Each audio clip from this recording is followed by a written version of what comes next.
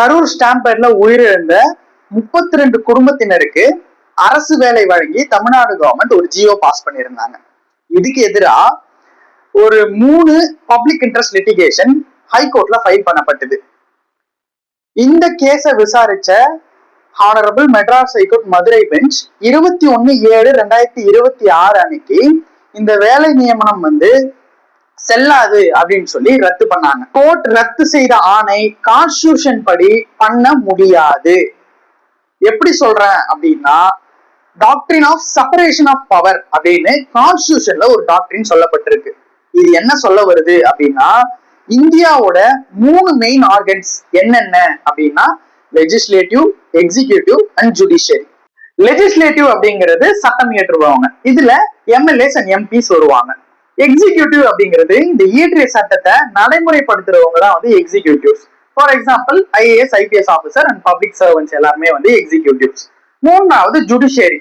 சட்டத்துக்கு அகைன்ஸ்டா யார் செயல்பட்டாலும் அதை கேள்வி கேட்கறது அந்த ஜுடிஷியரியோட வேலை. இதுல பிரைமரியா ஜட்ஜஸ் தான் ஜுடிஷியரியா இருப்பாங்க. சோ இந்த 3 தான் 3தோட ஃபங்க்ஷன்.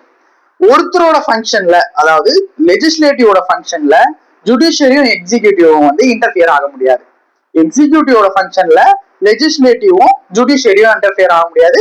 அதே போல ஜுடிஷியரியோட ஃபங்க்ஷன்ஸ்ல லெஜிஸ்லேட்டிவும் எக்ஸிகியூட்டிவும் இன்டர்ஃபியர் ஆக முடியாது.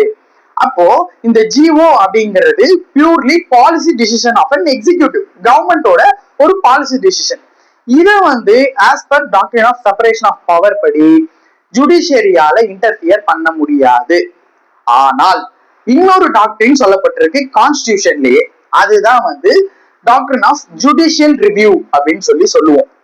அதாவது ஜுடிஷியல் ரிவ்யூனா என்னன்னா, கான்ஸ்டிடியூஷனை மீறி ஒரு சட்டம் இயற்றி இருந்தா ஜுடிஷியரி இன்டர்ஃபியர் ஆகி அந்த சட்டத்தை ரத்து பண்ணலாம். அதே போல சட்டத்திட்டங்களுக்கு உட்படாமல் எக்ஸிகியூட்டிவ் ஒரு எக்ஸசிவ் பவரை யூஸ் பண்ணியிருந்தா அந்த எக்ஸசிவ் பவரை ஜுடிஷியரி கேள்வி கேட்டு அதை ரத்து செய்யலாம்.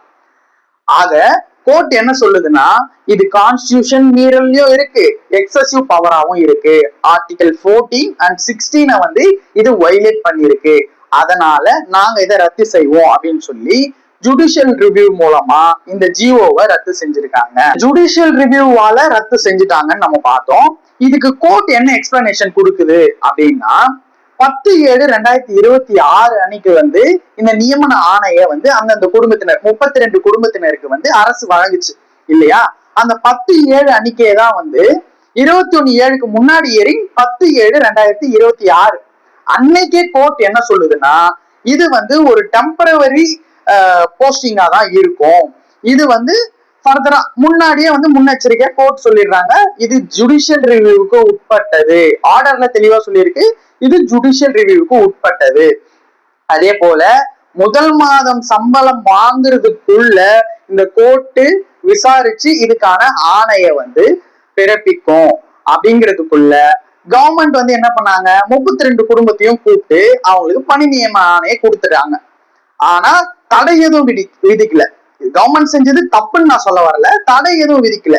ஆனா கடைசியில ஏமாந்து நிக்கிறது, பணி நியமன ஆணை 10ஆம் தேதி கொடுத்து அதுல கோர்ட்டும் ரெக்கார்ட் ஆயிருக்கு, இது ஜுடிஷியல் ரிவ்யூக்கு உட்பட்டது, இது டெம்பரவரியான ஒரு ஜிஓ, அதாவது டெம்பரவரியான ஒரு போஸ்டிங் தான் அப்படின்னு சொல்லி. ஆனாலும் அரசு முன்னெடுத்து என்ன பண்ணுச்சு, நியமன ஆணையை கொடுத்துருச்சு. ஆனா இங்க பாதிக்கப்படுறது மக்கள் மட்டும்தான்.